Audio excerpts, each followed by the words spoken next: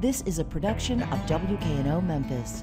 Production funding for Behind the Headlines is made possible in part by the WKNO Production Fund, the WKNO Endowment Fund, and by viewers like you. Thank you. Early voting is underway in one of the closest mayor's races in decades. That story and more tonight on Behind the Headlines.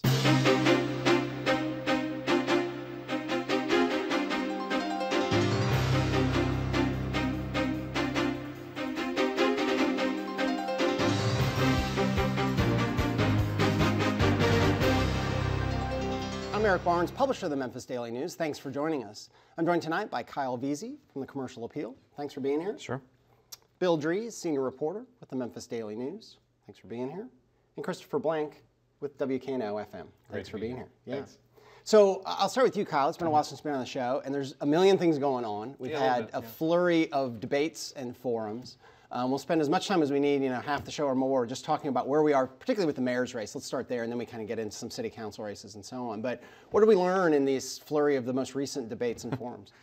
I think we've learned that most people are ready to have debates and forums be over with, because I think while there were a lot of substantive things talked about in each of these ones, we generally know what we know about these candidates that we knew a few weeks ago. I think they are the characters that they've been playing. And each debate has sort of pulled out a little bit here and there. Y'all's debate did it. The one a couple nights before did it. But I think we're pretty well set. I mean, as I wrote after, I think, the first debate last week, let's just go ahead and vote, man. Let's just get this. We know what the field is. Right. And early voting is underway. I should tell people to vote. I mean, they should always vote, but early voting makes it easy. Bill, what have we learned? Anything? I think we know, as Kyle said, the major issues. The issues in this race have been real concentrated compared to other mayor's races, and the four major contenders pretty much agree on what those issues are. You don't have anyone who's coming out of left field with something that they are particularly an advocate of. That's not to say that they agree on the issues. We've got some good really differentiation among the candidates on the various issues, but nobody's trying to come up with a new issue in this group. So it's a pretty tight concentration. All right, then to you, Christopher, just your general impressions, and we'll dive in maybe some specifics, but general impressions so far in this flurry leading up to early voting and these last, forums, debates, our debate, and so on. Well, one of the things that seems to be happening to me, happening in the debates, is that the mayor has received a lot of criticism that he isn't really holding up this vision of what Memphis should be. And if you've listened to this race, it's been very negative the whole time. Right. I think Memphis has been kicked around like a dog in an animal shelter a little bit in terms, and I think we're all a little bit tired of the brutality that our city has been subjected to. The mayor should have been the cheerleader for the things good about the city, but he never really came out very strongly as a champion of what is Memphis, what are the things we're known for, and that we do well. And so I think also that the mayor is at this point where he is, having been in the job for the past few years, he has to find this more nuanced approach to being a mayor, and he knows that being in a very diverse, racially and economically diverse city, he's got to really kind of walk a middle line and understand the problems of a diverse community. I think the other candidates don't quite understand the nuances of the job yet, and so they're coming in very hard on very specific issues that happen to appeal to certain demographics. And I think one of those major issues is the crime issue, which they've talked a lot about. When we say we're going to put a lot of police officers in the jobs and just infiltrate our neighborhoods with police officers, well, that message has a very different resonance to white people and black people in Memphis. I think white folks love to hear that because we feel safer. Black people don't have as convivial a relationship with the police department as we do. So I think there's a sense that Mayor Wharton is taking a safer approach in talking about crime. Yeah.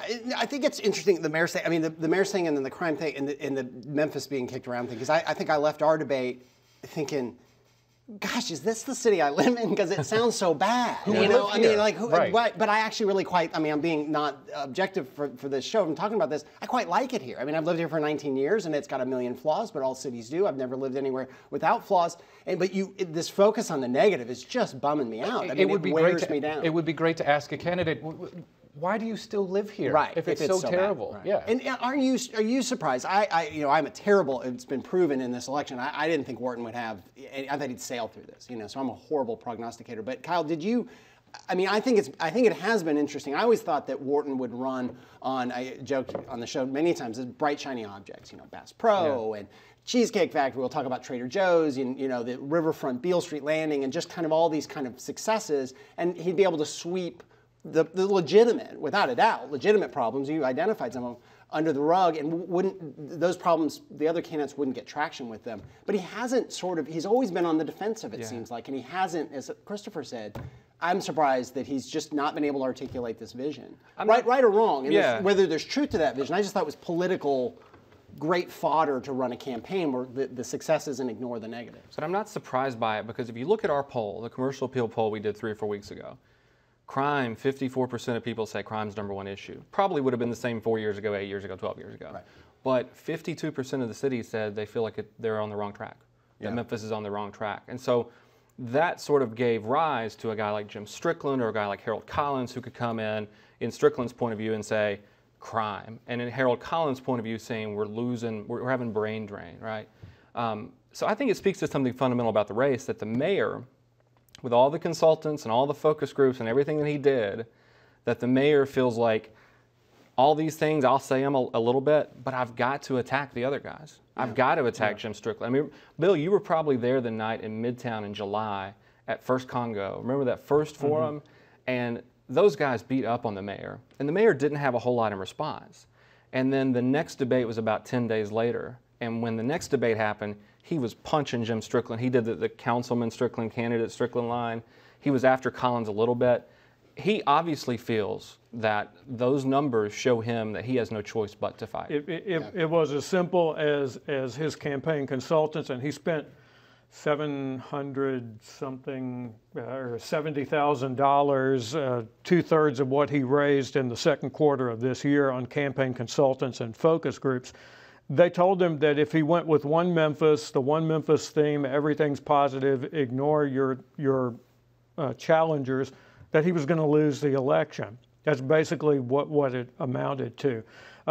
If the discussion has seemed negative, I think it's because we have reached a point in our civic discourse here where people are saying, yes, I'm pro-Memphis, but that doesn't mean I've got the blinders on Memphis in terms of being just unrealistically positive about the city's direction. I think a lot of people have come to view this mayor's race in particular as the point where we have a discussion about what the reality of Memphis is. And the reality of Memphis is much like the reality of other major American cities. We live in a post-Ferguson America. Yeah. And in Memphis, we live in a city that has a historic legacy of violent crime and its impact on our culture. Yeah. And so those are things that I think a lot of people, in looking who to vote for mayor, feel like we have to discuss, and we have to discuss in a realistic way. Yeah. May I add, I was talking to Terry Freeman of the National Civil Rights Museum yesterday, and we were talking about the problem of crime and the way white folks and black people see these issues very differently. And she was telling me, look, we can put more police officers into neighborhoods. What we need are peace officers. And I think that one of the questions that keeps coming up about dealing with crime for all the candidates is how are we going to tackle crime at the very root cause of it? And half of our city sees, well, let's just arrest the bad people. Let's make sure teenagers don't go out at night. Let's make sure they're swept off the streets. And another half of the city says, well, look, one way to get kids off the streets is by providing more opportunities after school programs. Right. So let's get kids into community centers. Let's provide music lessons or whatever. So the question is, which is going in the long term going to help the crime problem in Memphis more? More police officers or more teachers? Yeah. I think there's a cultural solution to the crime problem that maybe some of the candidates haven't been addressing as strongly as they should. I think the mayor has himself implemented more programs heading in that direction, but it's very confusing and entangled, and it's all mixed up with the kind of money that you can get on a federal level. Well, if you don't want to raise taxes, you have to go out and raise that money. That's partly what's taken so long for his blueprint to prosperity to come out. You have to have the money in place before you start making all these promises. I mean, one of the things with our debate that we wanted to try to do, and with the ULI angle, but with any, I mean, just how do you pay for it? You know, let them try to follow up, you know, as you and I talked about and with the other panelists, to say, okay, that's a great sounding thing, but how do you pay for it? And then when you talk about schools, well, the city isn't in the schools game anymore. I mean, it was kind of interesting when Mike Williams is saying, we ought to, and I think did Harold agree with that? That we ought to have a referendum to maybe get control of the schools over, all that kind of stuff. But you know, what can you, it's hard in those debates, and it's hard in the 45-second, 30-second, minute-and-a-half thing to kind of get into the depth and complexity of poverty. And then you got me and you and others going, yeah, but how are you going to pay for that? Because no one wants to raise taxes. They all would rather, I mean, it seems like no one wants to raise taxes. And just to clarify, Colin's point was that the city should provide some funding, but that it should not be in the business of a maintenance of effort for a reconstituted city school system, and he's against that. Right. But I think what people hear after 6 years of the Wharton style in the mayor's office, when you talk about long-term plans, I think you actually get a hostile reaction to that, because so many times those long-term plans, in the case of this mayor, wind up taking 6 years and running. The blueprint for prosperity was something that was a first 100 days of his administration plan. So he's taken a good deal of heat for that and for other long-range things that have just fallen off the table. And Bill, I think that's a big reason why we're here talking about this. Yeah. Because you have a blueprint for prosperity that has a lot of great points to it that was first talked about in 2012. You have an animal shelter that I don't know that people are going to vote on animal shelter, but it's sort of a microcosm of an animal shelter that has been a bad problem for years and years and years and still is. And there's reasons. Almost the first day of his term, his first term. And so it gives the ammo to a guy like a Strickland or a Collins. Collins has really been hitting on it a lot lately too, is look at all the broken promises. Look at all the things he said he's going to do that he has not done. And I think if he takes care of a lot of those problems on the front end in 2012 and 2013, we're not sitting here having this discussion today about how close the mayor's race is. And that's what the thing I got over the last, I don't know, months, is it became more clear that it was going to be closer, was the frustration among the business community and the frustration among the kind of politically connected community with that indecisiveness or just things lingering. And then you get to Jack Salmons. So they bring in Jack Salmons, and you know, I think it's a poorly kept secret that, you know, that was part of the deal. I mean, I think I've heard lots of people say that off the record, that bringing Jack Salmons in was a kind of, look, we're gonna make a bunch of changes if you stick with me. Jack will be the hammer. I mean, I've just heard that again and again and again, and we've sort of talked about that. But I think I underestimate the level of frustration among the business community, and then I also completely underestimate the level of frustration among the African American community that clearly that, you know, Williams and Collins have tapped into. Yeah, so it's become about immediacy. The other thing that happened in terms of the police strategy was we had Blue Crush for a lot of years that drove down the crime rate. And it was all about immediacy. It wasn't a long-range plan. It was go into the neighborhoods, clean out the drug house, board it up, run off the drug dealers. Well, that worked for several years. But then what started to happen was the guys selling drugs in those houses waited for the police to do what they inevitably have to do, and that is move on, and then they set up shop. Yeah. So it became about what are you going to do beyond that. Armstrong became the new police director, and he wanted to broaden the strategy to include more community policing, which Larry Godwin, the old police director, considered Blue Crush to be community policing, which it's not by any reasonable definition of the term. And so he gets hit with this manpower shortage. The police numbers start drifting down from about 2,300 to just above 2,000 at this point. Yeah. Let's move to council race in just a second. But right now, so we're a couple weeks from election day is October 8th. We've got a week and a half or so of early voting left. What happens next? Get out the vote efforts, more signs, phone banks? I mean, are the campaigns, It's all about turnout right now. Yeah. I mean, it's all about, you sort of have a jump ball out there, 50-50 ball, if we're to talk about for the Grizzlies. Yeah. And someone's got to go get it. So you got to do all this turnout apparatus that you've paid for, that you've got volunteers for. And I also think you'll see more and more, they may be done on TV. There may not be a new TV ad, but radio and especially mailers. I think the Postal Service is going to do some good business. And is this where the the people with the money, it kicks in? I mean, Strickland and definitely Wharton. going to help, yeah. That's what happens. All right, City Council, where do we want to go? What races? Well, I think let's go over the runoff provision first of all. The single-member district councils, 7 single-member district seats on the city council. If no one gets a majority of the votes in that on October 8th when the votes are counted, the top 2 contenders go to a November 19th runoff election. I think you're going to see probably a majority of those 7 races go to a runoff. Yeah, I agree. I mean, you have District 5 with all kinds of money and legitimate candidates. I even think District 7, which has an incumbent, but it's an appointed incumbent in Berlin Boyd, he's got a pretty strong field against him. What if I'm missing? District 3 and District 4 as well are ones that could probably go to runoffs because, except for 7, you have council seats that are open. And it's not often we have that kind of turnover, so open seats a little bit more of a race. What, we got 6 or 7, is that right, that we'll have new council members? We will have at least inevitably 6 new council members. And the thing about Berlin Boyd being appointed, he knows he's in a fight, and that is turning into a really tight campaign there.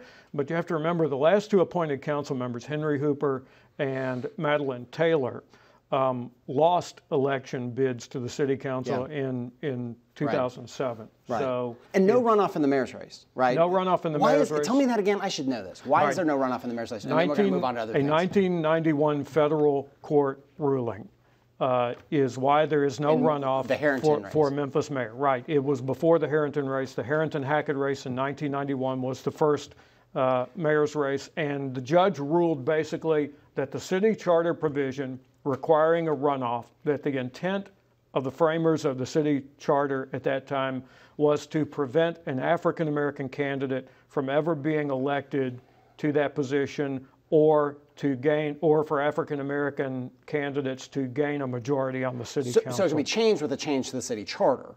It's not, because Nashville has a mayor's runoff, right? Most cities do. Most cities do, right, in Tennessee. So it's just our specific charter and the ruling on that. Yeah, and it went to the intent in 1967 when that charter was drawn up. Okay.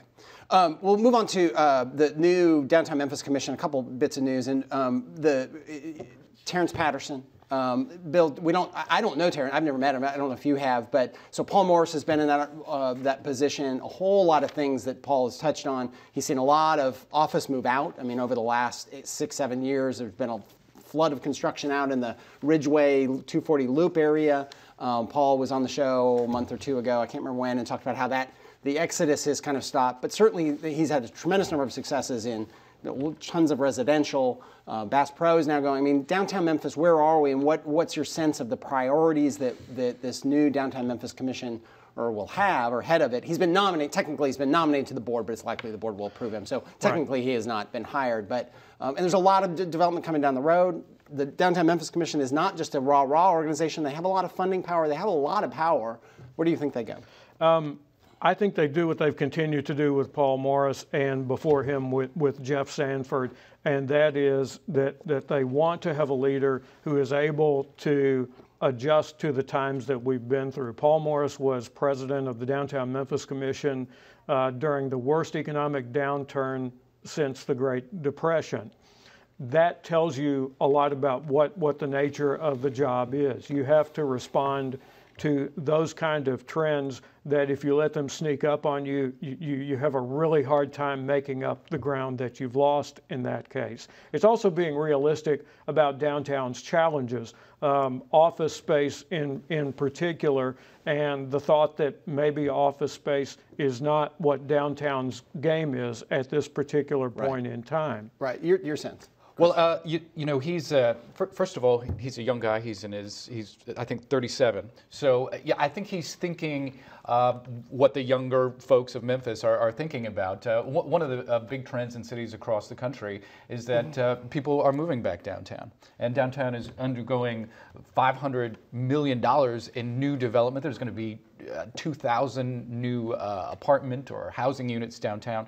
So I think in the next few years we're going to be seeing more people moving back downtown. That said, you know, the commission has a lot to do with the pilot programs that are downtown. So the commission is going to be thinking about what kind of businesses need those programs in order to open, what kind of businesses are good for young people, for tourists, for the people that are going to be living there. And I think, you know, one of the questions he is going to have to deal with or something, we've got to get a grocery store down there at some point so millennials can eat. Well, we're going to get into Trader Joe's in a second, which is very exciting for a lot of people apparently. But any sense of, so the Lipscomb thing, so there's one last big major housing project, public housing project. It is right on the edge of South, just east of South Main. Will Downtown Memphis Commission be involved in that? And will that change at all now that, I mean, all of that's going to change when we talk about downtown. We talk about projects that Robert Lipscomb was in charge in and now are going to be handled differently. Yeah, it'll be interesting to see because housing and community development, which Robert Lipscomb was the director of that city division until just recently, has pretty much been driving the ship on that whole effort, in which we've seen all of the city's major housing projects, with the exception of Foot Homes, be converted to mixed use, mixed which is retail. 10 feet from downtown, 10 feet from what we're talking about. Well, so. it also is key, and the city will know on next week whether or not the city gets the choice neighborhood grant. This is the big federal money that is a version of this program. Hope used to be called the Hope, whatever. Hope 6. Hope 6. Is there any sense at this point, I'm kind of going off script here, but any sense that the Lipscomb issues could hurt that money, hurt Memphis's chances of getting that choice neighborhood money? I think if anybody's going to be realistic, they have to know that the feds are going to be nervous about what's happened because they're auditing the division to see where the money went. They're going to be interested in any transfers of money from one program to another, even though the programs may be perfectly legitimate and legal. The transfers can get you into trouble a lot of the times with the feds. Yeah. Let's go into other, we talked about supermarkets, we'll talk about economic development, the Trader Joe's. Yay. Trader Joe's, we have talked about, this city has talked about Trader Joe's for so long. You're excited? No, I have a fairly negative version of the Trader Joe's actually, but mostly it's a negativity that comes out of the sort of sad corporate symbolism of putting it in the middle of Germantown, and you know, Trader Joe's is known because it has great quality products for relatively decent and affordable prices. I mean, a middle class person could really benefit from a Trader Joe's in their neighborhood. Trader Joe's was founded on this idea of great low price wine. Actually, that was their big business. So when you drop your first Trader Joe's in an area in the middle of the richest part of Memphis, in the middle of 3 other grocery stores, there is something of a slap in the face to some of the problems that we have in our own city, where there are neighborhoods in Memphis where you can't buy an apple within a mile of your house. And so to me, it's a symbol and a significant symbol of where corporate America and companies like Trader Joe's, you know, hipster companies like Trader Joe's, have their priorities. You know, they say we're about the people and helping the people, but there's no help for certain people in Memphis by putting it as far away from the economically depressed area as you can get without moving to Collierville. And yet at the same time, I mean, in Midtown, I mean, you know, we have a plethora of grocery stores and a whole investment. So, and there's talk now in, what is it, Binghamton and some historically very poor areas. There's talk of some grocery stores, and there's more talk downtown. It is an interesting phenomenon, though. You know, how, you know, this whole idea that if downtown's going to be walkable, if it's going to be very mixed income, there's some very high-end parts of downtown, there's some low-end parts. You know, is it going to have a grocery store at some point that is maybe not a huge, super large one, but will it have access? Well, and the idea that poor people's money isn't as valuable as rich people's money. You know, like, is there some sort of corporate a fear that the store's not going to make enough money in an area where people really are looking for a grocery store with affordable food. Is there any noise that this? A lot of times when these stores come to town, they kind of start somewhere and then they kind of, they like to have a few stores in an area. So I'd be curious if they go beyond that. Yeah, they're not showing any cards in that respect. But I do think it's interesting that you have this cluster of supermarkets in Germantown in what seems to obviously be a kind of regional bid for shoppers, not just from Germantown, but from the broader Memphis area. I'm interested to see how that works out, because it's kind of a new concept for us in our consumer habits here. Other economic development, more serious ones. I mean, IKEA came out. Commercial Appeal had a story. I think we had the story later of some trouble with their tax issues. But I was at a meeting somewhere, and people who seem to be in the know who said that is going to get smoothed over real quickly. It leads you to believe that. Right. And if I was in St. Louis this week, and we talked about some of the issues, and it's interesting to talk. I was in St. Louis talking to some civic leaders about whole other things, but it was interesting, the subtext of so much of the similar things that we're dealing with, like maxing out the tax rate. How do you pay for things? We think we have a problem with municipalities. They have 92 municipalities in the county of St. Louis. It was a fascinating discussion about parallel issues. We're almost out of time here, but they are so excited that they're about to open their IKEA, and I thought, gosh, that's so interesting. I mean, this whole idea that we feel civic pride via our shopping excursions. Yeah, shopping excursions. Right. Thank you all for being here. Thank you for joining us. Early voting has begun. Join us again next week. Thanks.